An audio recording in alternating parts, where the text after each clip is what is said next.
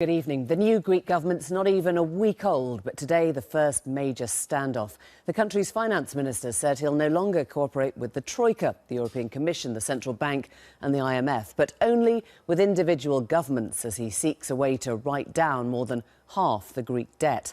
The European Commission has appealed for calm and warned Athens against taking unilateral steps. But there's a looming problem. Greece has just 4 weeks to find a way to make its repayments, or the country will quite simply run out of money. What happens now? We'll be asking the Greek finance minister himself in a moment. First, Duncan Walden lays out the numbers you need to know. Just drink in the slow-paced peace that still exists in this community. But subtly, there's at least a breeze of change in the island air. Since 2008, Greece has seen many tense standoffs. 3 years ago, they were between police and protesters. Tonight, the standoff is between the government and its creditors. The new finance minister has said he will not seek an extension to their bailout. The Greek government could be weeks away from running out of money. Greece has experienced the worst economic performance of any advanced economy since the Great Depression. Some of the figures are staggering. The economy? Well, that's 25% smaller than it was 6 years ago. The labour market is no better. 25% of the workforce is unemployed, and 50% of young people are without jobs. Living standards have been in freefall, and government debt now stands at 175% of GDP. That catalogue of woes is the background as Greece begins negotiations with its creditors in the Eurozone. Yanis Varoufakis, the man responsible for those talks, was until recently an academic and blogger. He is now finance minister, and despite being told to stop now he's in this exalted position, he said he'll carry on blogging too. Negotiations began properly today, and the new government has 3 broad demands. The first is to write off some of Greece's eye-watering debt. The second is to reverse the austerity, and the third to reverse the structural reform implemented under the bailout. It's this final demand that's the real sticking point. Despite European official disagreement, Syriza's vision for Greece includes raising the minimum wage, restoring some power to trade unions, and ending privatisations. That is very much not the German vision of Greece. They want a competitive Greece, and think these sort of changes are how you achieve that. But to Syriza voters, this is just an attack on workers' rights. A deal is possible, for example on things like an interest rate reduction, or an extension of the terms of Greece's loans, especially as Greek tax collection has improved since 2009. Tax receipts are now 44% of GDP. But here's the big problem. Germany is currently insisting that countries like France and Italy implement the kind of reforms that Greece now wants to reverse. Can they really treat Greece differently? At an official press conference today between the new finance minister and a representative of the Eurozone, you didn't exactly have to be an expert in body language to recognise there's no great meeting of minds.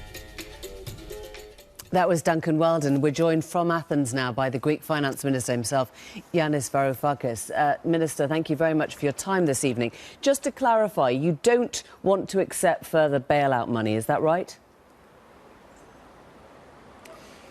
Suppose a friend of yours were to come to you and say that he or she had difficulty repaying their mortgage because of a reduction in their income. They lost their job or something like that. And they had a great idea on how to solve this problem. They would get a credit card and draw money from it in order to meet the mortgage repayments for the next few months.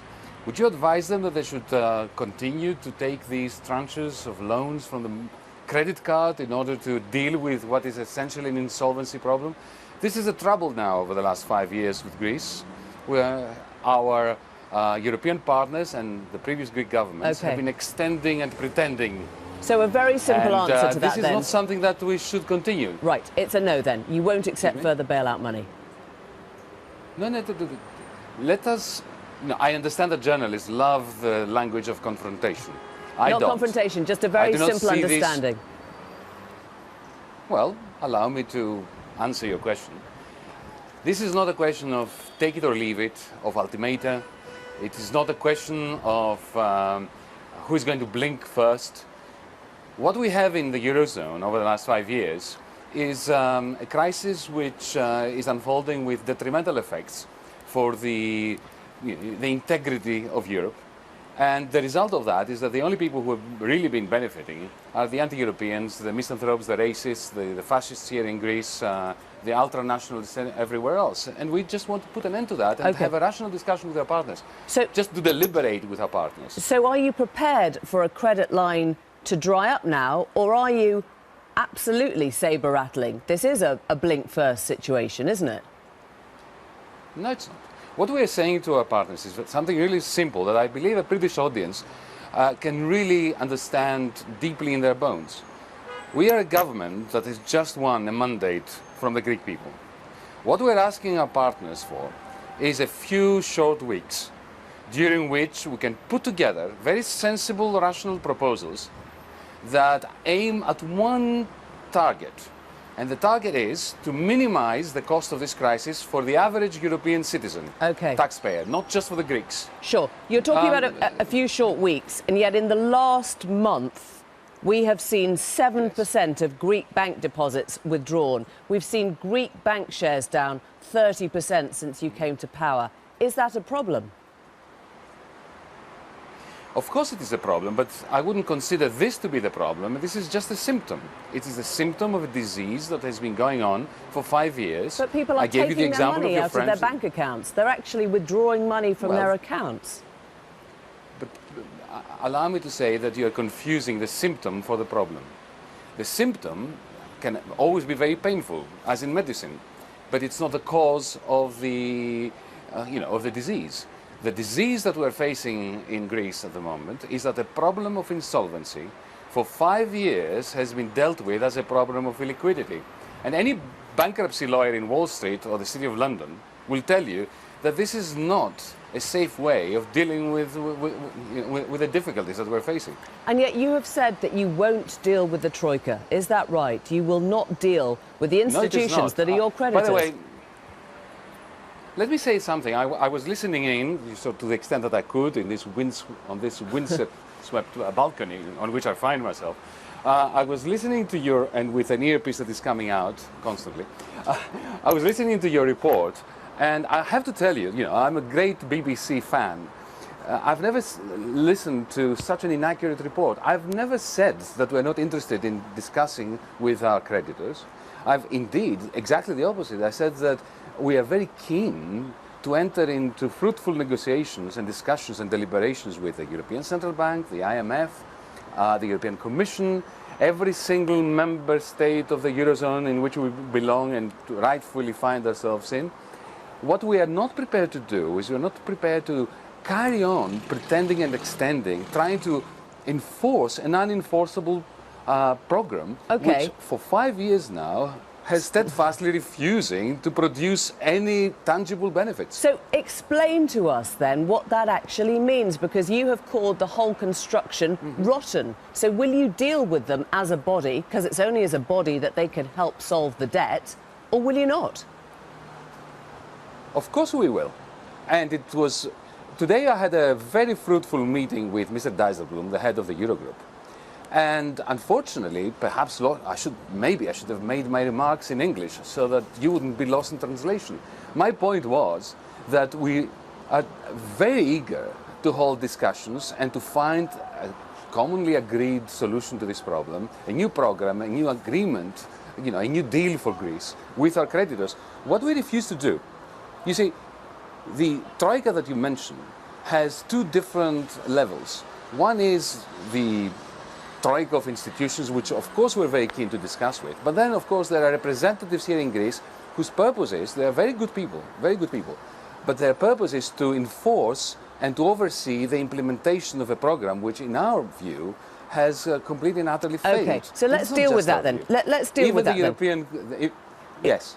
You want to reverse structural reform. You want to raise the minimum don't. wage. No, No, because that was what hang your on a second. manifesto said. Hang on a second.